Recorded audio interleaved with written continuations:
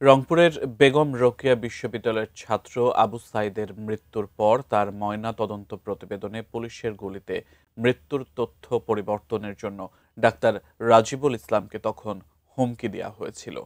ট্রাইব্যুনালে দেওয়া সাক্ষ্যে ডাক্তার রাজীব জানান, এনএসআই, ডিজিএফআই, জেলা পুলিশের ঊর্ধ্বতন কয়েকজন কর্মকর্তা ও সাচিপের রংপুর মেডিকেল কলেজের সভাপতি তাঁকে এই হুমকি দেন। বিস্তারিত জানাচ্ছেন জাবেদ আক্তার। জুলাই আগস্টে মানবতাবিরোধী অপরাধের মামলায় সাবেক প্রধানমন্ত্রী শেখ হাসিনা, সাবেক স্বরাষ্ট্রমন্ত্রী আসাদুজ্জামান খান কামাল সহ ৩ জনের বিরুদ্ধে বিচার চলছে আন্তর্জাতিক অপরাধ ট্রাইব্যুনাল ১-এ। গত ৬ দিনে সাক্ষ্য দেন ১৬ জন। রাজসাক্ষী হওয়া সাবেক আইজিপি চৌধুরী মামুনের উপস্থিতিতে রোববার ৭ম দিনে সাক্ষ্য দেন আরও ৪ জন। তাদেরই একজন রংপুর মেডিকেল কলেজের ফরেনসিক মেডিসিন বিভাগের প্রধান ডাক্তার রাজিবুল ইসলাম।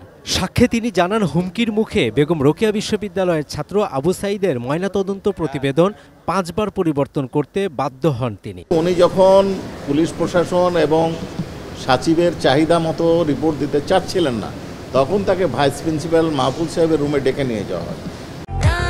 প্রাণ UHT মিল্ক, শুদ্ধতায় ও মমতায় সবসময় সেরা স্বাদে।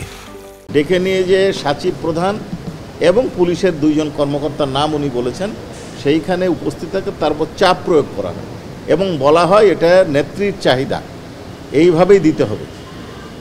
তখন উনি বাধ্য হয়ে গণনা সঠিক রেখে শুধুমাত্র গান শট শব্দটা বাদ দিয়ে মতামত দিয়েছেন। তবে উনি কৌশলে বলেছেন সার্কমস্টেন্সিয়াল এভিডেন্স আপনারা বিবেচনা করবেন।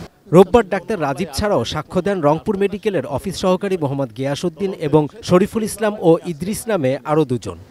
আর কমান্ড রেসপন্সিবিলিটির মামলা একই আদালত প্রসিকিউশনের আবেদনে আওয়ামী লীগ সরকারের গত 16 বছরের গুম ও বিচার বহির্ভূত হত্যাকাণ্ডের মামলার তদন্ত প্রতিবেদন দিতে 26 অক্টোবর পর্যন্ত সময় দিয়েছেন। শেখ হাসিনা সহ এই মামলায় 11 আসামির মধ্যে গ্রেপ্তার থাকা একমাত্র আসামি সাবেক সেনা কর্মকর্তা জিয়াউল আহসানকে এদিন ট্রাইব্যুনালে হাজির করা হয়।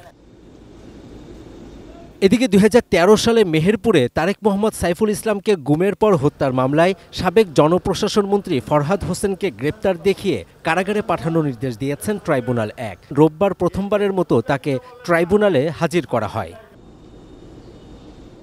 এছাড়া শাপলা চত্বর সহ দেশের বিভিন্ন এলাকায় হেফাজতে ইসলামের নেতাকর্মীদের হত্যা ও নির্যাতন সহ মানবতাবিরোধী অপরাধের মামলায় গ্রেপ্তার থাকা 4 আসামি সাবেক স্বরাষ্ট্র প্রতিমন্ত্রী শামসুল হক টুকু, সাবেক আইজিপি AKM শহীদুল হক, অবসরপ্রাপ্ত মেজর জেনারেল জিয়াউল আহসান ও পুলিশের সাবেক ডিআইজি মোল্লা নজরুল ইসলামকে জিজ্ঞাসাবাদের অনুমতি দিয়েছেন ট্রাইব্যুনাল ১।